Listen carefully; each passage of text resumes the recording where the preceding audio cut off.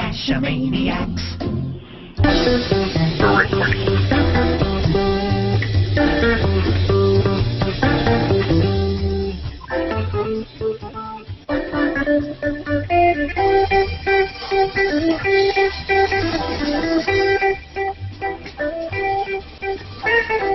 GeoGearHeads.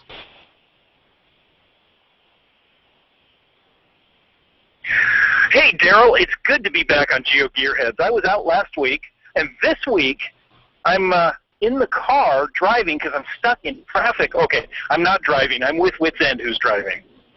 And but, you know, speaking of Wits End, it sounds like you, Wits End, and the Northern Penguin had a great time on the show last week. We did a little too much, as we ended up talking for hours after the recording, and we didn't even make it to the listener feedback in the show. But it just really wasn't the same having you out wherever you were and not here on the show. And now you're stuck in a car, so now I'm talking to an empty phone line kind of thing instead. But GeoGearHeads just isn't the same without having you on. Oh, thanks. This isn't our normal sound quality, but hey, I'm here, and I really appreciate being on it. I had a great trip, and it feels good to be back for this, the 29th episode. We're talking about favorite geolocation games today. Actually, Bad Cop, why don't you do that again, because you were breaking up. And maybe we've lost the Bad Cop completely. Let's see. Bad Cop, are you still there? Oh, there we go. I think we got him back. Bad Cop, we didn't hear most of that last segment. You got completely fuzzed out. Wow, really? Okay. Here I go again.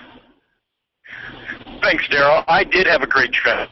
I got some time to be away with my family, and it was a good time of relaxation. But it also feels good to be back here recording GeoGearHeads for this, the 29th episode. And today we're talking with another one of my favorite... And today we're talking about another one of my favorite geolocation games. And right after, they've had their offline captures for their iOS app.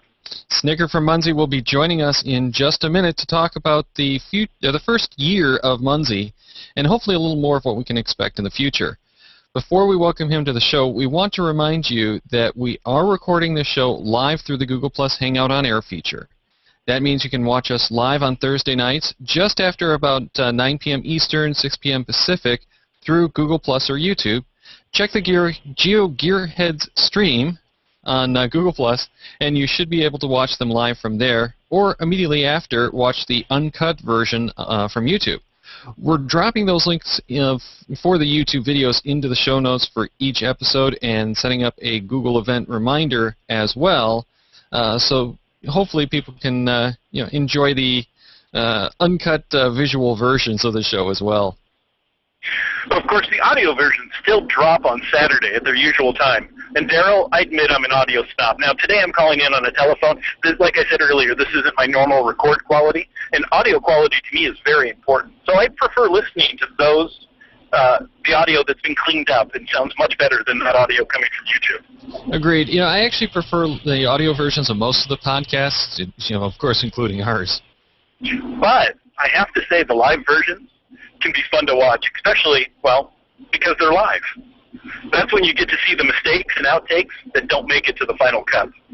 Now, next week, we're getting even more geeky as we talk about GPS Babel, which is the engine behind many software solutions like GSAC. We love getting feedback from our listeners and viewers. Most of the feedback comes through Google+, but you can also contact us through Twitter and Facebook. To get some of our longer responses, send them to email at GeoGearHeads. No. We get some of our longer responses via email at geogearheads@cacheamaniacs.com. And our favorite are the voicemails. Call that in to 206-350-3647.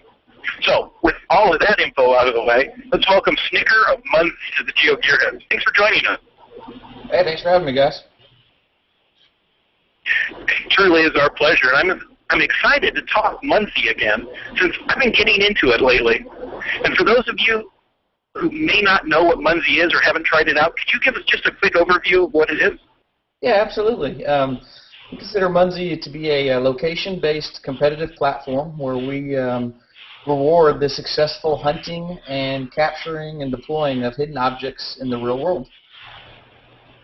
Now, we did get some feedback from listeners on Google+, and Andreas said there are other platforms for GPS-based outdoor activities that do show, after 1 year, a very different resume.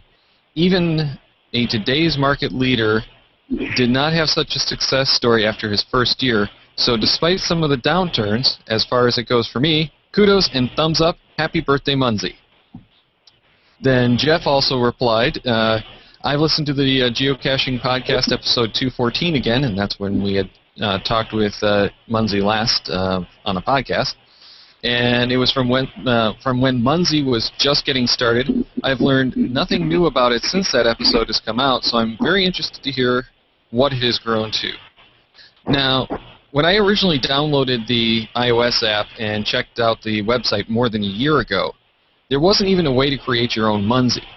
Now I have options to print or purchase pre-made Munzees. There's multiple types of Munzee, including the business loyalty Munzees and virtual Munzees. And I really know very little about these different types of Munzees. Can you give us just a quick overview of each of these types and what they are? Yeah, absolutely, guys. So we've got the core concept of the hunting and finding of the hidden object in the real world. And based on having these smartphones and the ability to validate someone's location using their GPS and the encoded data at the location on the Munzee, we've kind of added a layer of different kind of gameplay to keep things fresh. So instead of just going out and hunting different locations, we're able to tie in repeat visits to a different location through special incentives. Some of those special Munzees include different holiday-themed items that we've had, such as Easter eggs and shamrocks and heart Munzees. And we do these during the holidays, and they're worth extra bonus points, and there's a set amount of after the capture. We also have some different kind that work completely different. Just recently, we introduced the virtual Munzee type, which allows you to hide Munzees in a place where it may not be a good idea for a physical hide, such as Disney World, government buildings, different places where you couldn't get permission to put a physical item, but you can put a virtual item there, which is still capturable and performs very similar to a regular Munzee. We have done something pretty interesting, which is something we're wanting to grow and do more on, is we've done a special contest Munzee. We started at first by doing what we called the burger Munzees, and we put out 100 of these and scattered them across the United States, and the first people to capture these got a free hamburger. We've kind of grown that concept a little bit, and we did our special Xbox contest Munzees, where we sprinkled Xbox Munzees all throughout the U.S., and actually all over most of the world. There were a few countries that were excluded based on their laws, but after we took the stats of who all had captured a special Xbox Munzee, and we gave out 3 Xboxes to those different winners. And this is just kind of a little trial run, a little preview of some of the things we're hoping to do with the Munzee platform. That is so cool. You talked a little in those descriptions. What's the one major difference between geocaching and Munzees? And how do points work? Well, and I think the answer to that question is kind of the points and the competitive aspect that we're able to add on top of it. We feel that our ability to validate the captures and the hides and the actual activity lets us do some more creative things. And speaking of points, we actually hit a milestone last week. We had H2O Clan, the #1 Munzee player, hit 100,000 points. So he is the reigning point leader. He's from California, and we actually had a Munzee staff member go out to California. Last Sunday, and we had an impromptu meet up and just kind of celebrate this achievement that he's reached. But currently, you get points for capturing a Munzee, you get points for deploying a Munzee, you get points when other people capture your Munzees, and based on those points, you then level up and reach different levels. And as the game currently stands, this is done for fun and for bragging rights. We don't have any there's no built-in hardcore rewards that you're getting for playing Munzee. But what we're doing is we've spent this first year really growing our platform, building out the feature sets of what our community is looking for, and really solidifying how the gameplay is going to work. And this next year, we're really excited about taking that in some new directions and building on top of that. Yeah, one of the things I really liked about Munzee when I first tried it out and got into looking at it was that it is more of virtual with a physical presence than what we typically have in geocaching. So my thought was a lot of locations where you might not be permitted to post a container, you could probably stick a Munzee sticker, which is just basically a QR code.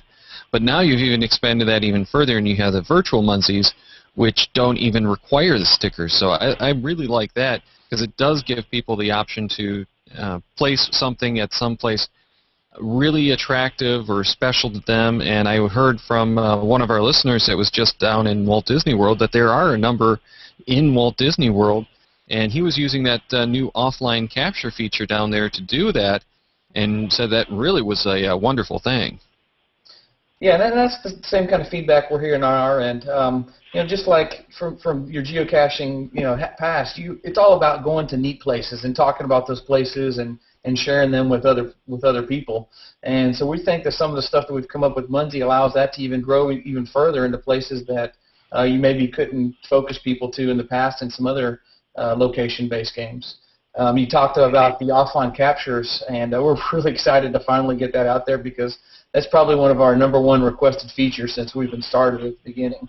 Munzee requires a data connection to validate that you found the correct Munzee and to award your points, which is great for a majority of the population. And as we grow worldwide and we learn more about how other countries use their data rates and how expensive they are, the offline mode has been a big deal for them. And it also helps us accommodate when we have big events or we have network issues, or maybe even your phone companies have technical issues. So the offline mode doesn't worry about whether you are currently on the network or not. We call it an offline queue. If you go out to a Munzee, all we need is your GPS coordinates and the value that's encoded in the QR code, and we can save that, put that in a queue, and we can launch that later at any time to validate your hide. But one important key thing on there that we get asked is, what if I'm out hunting a special Munzee, maybe one of our birthday cake Munzees that we have going around? If I capture that in an online status, who's the first person to get the awards? And unfortunately, it's whoever can get that message into the server first.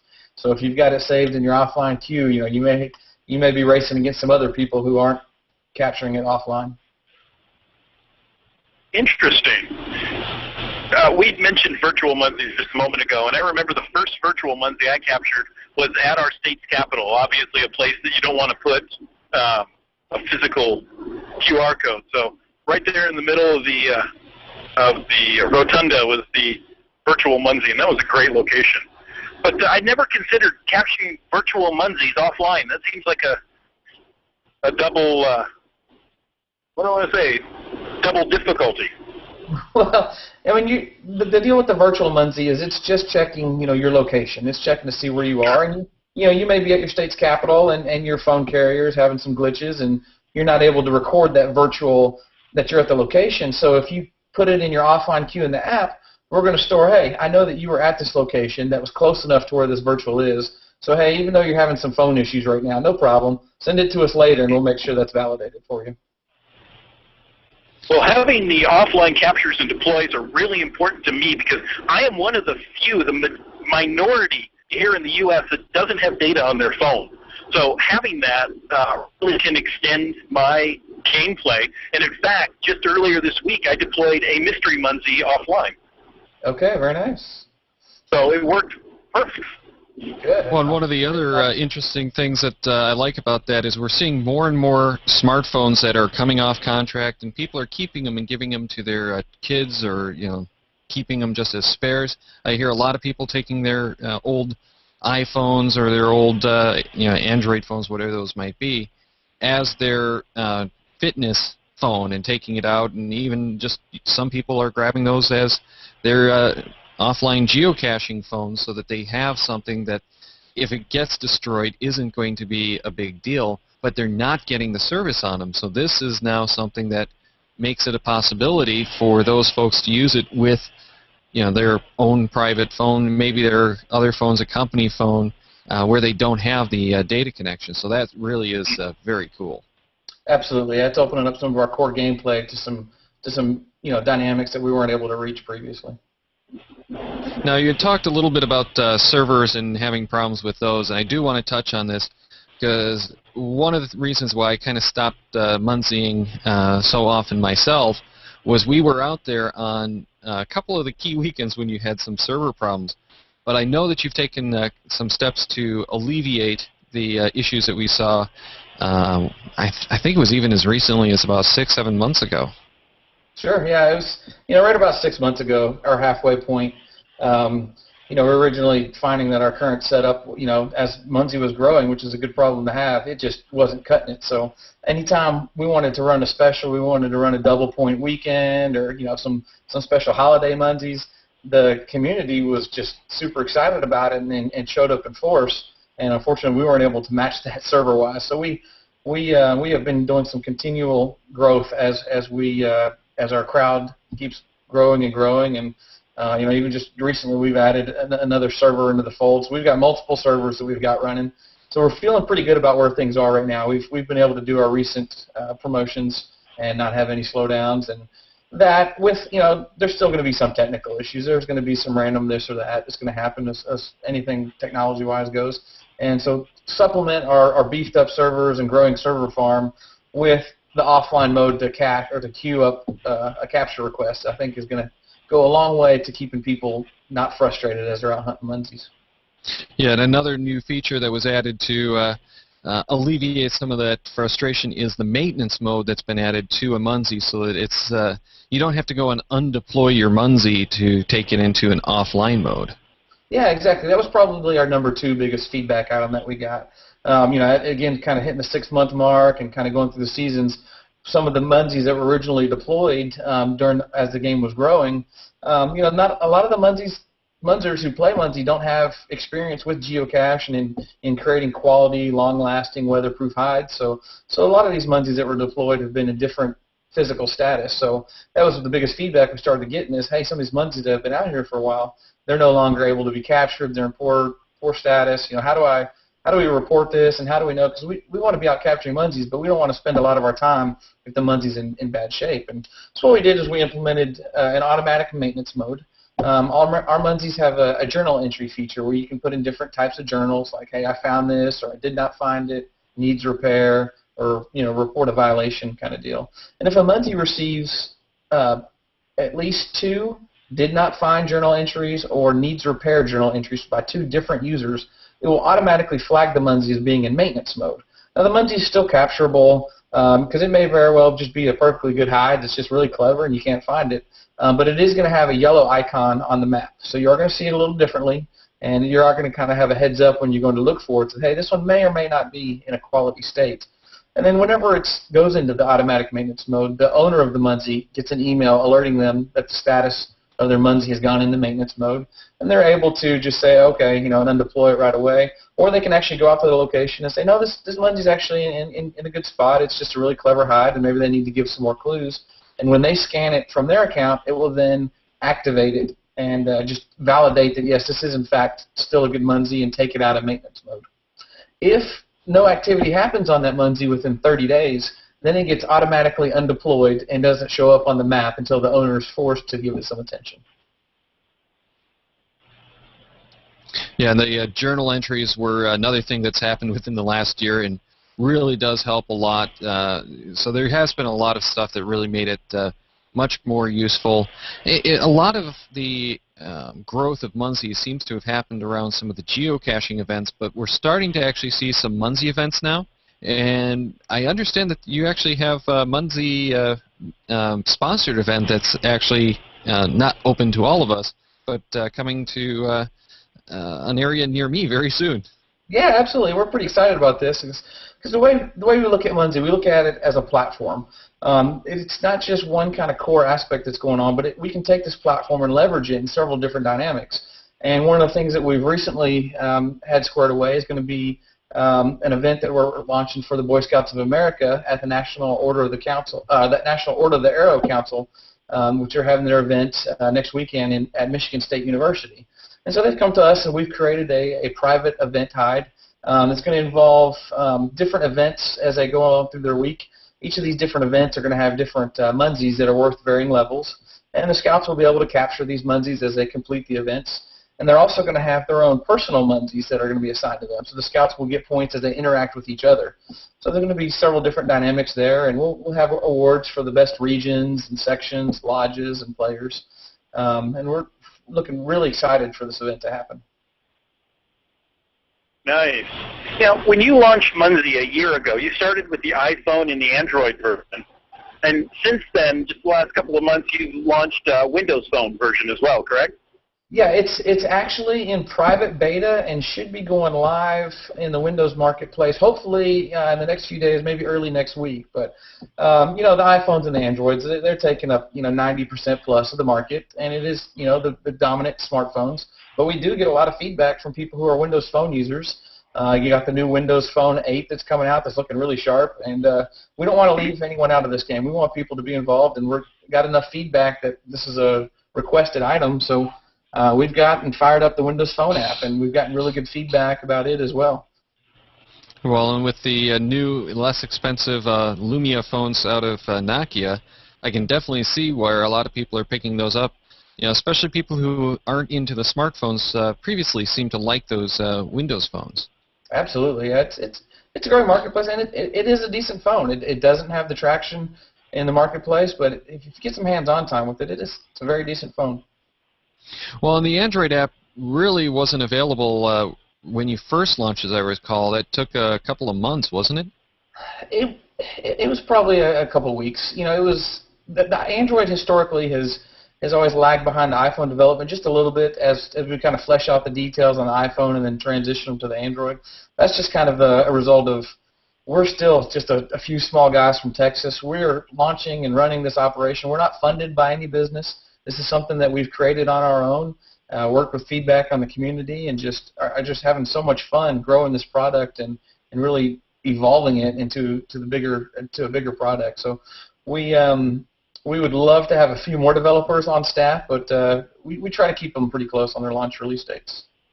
Well, and the Android app was actually first to market, we'll call it, with the offline feature. So we're definitely seeing a lot more parity there in the releases. Yeah, Chris, he's our Android programmer, and he was very proud to be able to beat me to market on the offline mode. And the iPhone lagged behind just a little bit. I caught a little flack over that. Now, one of the concerns is certainly how you're going to be able to fund this and keep this going. And you do have a store that has some of these things for sale, and there is a premium mode. Can you tell us about some of that?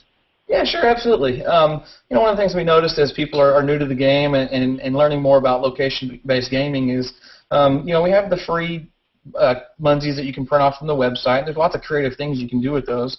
But we wanted to make sure it was extremely simple for people to deploy Munzees and help us grow the map. So in our store, we do have metal dog tags. We've got magnetic Munzees. We've got plastic Munzees. We've got wire rings to help attach those. And just kind of a little sampler pack that kind of includes a little bit of everything to kind of give you some creative ideas and create some long-lasting Munzees. So that's something that we kind of helps pay the bills. And we also, not too long ago, launched the premium account features. And that has been a pretty big success. Everyone is really enjoying the premium accounts, and we launched a special Munzee type called the Premium Gold Star Munzee that's only available to premium members, worth a special amount of points. We threw in a little package of virtual Munzees, and we help the premium members also get some expanded stats that really people love the numbers and keeping up with how many deployments and captures, how many a day, where their rankings are, and things like that. Then the other thing we added was the email notifications to new Munzees that are deployed near you. You can set a configurable range based on a mileage number, and I think mine's currently set at 10. So anytime a new Munzee is deployed within 10 miles from me, I'll get an email notice about it. So we kind of created that as kind of to help kind of our core fans who kept saying, hey, we love you guys. We know you guys are building out new servers and stuff. How can we support you guys? And that's really what brought about our premium member account. Nice. Now, I know from time to time you have mystery Munzees for sale. Yes, the elusive mystery Munzee. And they're not for sale for very long. They sell out quickly. Can you tell us a little bit about the mystery Munzee? Yeah, the mystery munzies are they're really fun game type that you can only order from our store. They're only available at limited bases. We just don't want them to be saturated out there. But they're a really neat game type where whenever you locate one of these munzies and capturing it, you don't know how many points it's worth. It's going to be worth a random number between 5 and 50. So you may get out there and it may net you 50 points, but your buddy who's out capturing with you, he may only get 5. And maybe a little source of contention on your ride to the next one. But we've had a lot of fun with this game type, and the community seems to like it. And we just kind of want it to be a little special thing. So it pops up pretty infrequently, and boy, we try to give people a heads up when it's going to happen. And when it does, I think we sold out our last one in about 25 minutes. We sold out 2,500 mystery munzies. I remember it was a time before last. They were released at midnight Central Time, which was 10 o'clock here, and by 10:05 I was on there getting my munzies, and by the time I checked out, I think they were sold out. Yep, they go fast. Yes, they do. Well, we're going to wrap up here in a little bit, but before we do that, we're certainly going to let you tell us how to find you guys online and in the stores, and of course we'll have links in our show notes as well. Yeah, absolutely. Main website is Munzee.com, Munzee. You can also find us on Facebook, Twitter, and Google+, of course. And then, from all of those links, you can visit our store and just kind of keep up with all the latest and greatest that have going on. We've got about probably, how many more days are left in the month? Maybe 10 or 11. We've got those birthday munzies that are bouncing around. To help celebrate our birthday, we created a special birthday type munzie. There's only 50 of them out at one time, and every time it gets captured, it bounces to a random location in the world. Who knows where it's going to be? And it stays there for 12 hours. If no one captures it within 12 hours, it bounces to a new location. So we've had a lot of fun with those, and they're worth 100 points if you can find those. But Munzee.com, and follow us on all the social media to get the latest and greatest. Bad Cop, I think we need to try to convince Aaron and the rest of the team over there that they need to have a new option in the store that's like a bribe for a special munzie to appear near me. I want the same thing. I own the majority of munzies in my town, so when a birthday cake munzie pops up, it's mine, and I can't capture it. I'm actually in the same boat. I'm really jealous. Yeah, I'm actually in the same boat over here, though. We have a lot of my friends are getting birthday cake munzies, but me. Too sad. We have a lot of discussions on whether you can capture your own munzie or not, and we've kept it to where you can't capture your own munzie except for special contest munzies. Right. No, I understand that completely. Snicker, thank you so much for being on the show tonight. I really appreciate it. It's always good to hear updates from Munzee. It was great to talk to you guys. Thanks for having me. Check the Cachemaniacs website at cachemaniacs.com for more information on the GeoGearHeads, including show notes for this and all of our episodes. We love hearing from our listeners, so leave us feedback by calling 206-350-3647, by email, geogearheads@cachemaniacs.com, or through social media. Your support helps keep the Cachemaniac shows coming. Please consider making a PayPal donation through the link on our website to support the Cachemaniac shows. GeoGearHeads is produced by Chris Offenauer and Daryl Wattenberg. This show is copyright 2012 by Daryl Wattenberg, all rights reserved.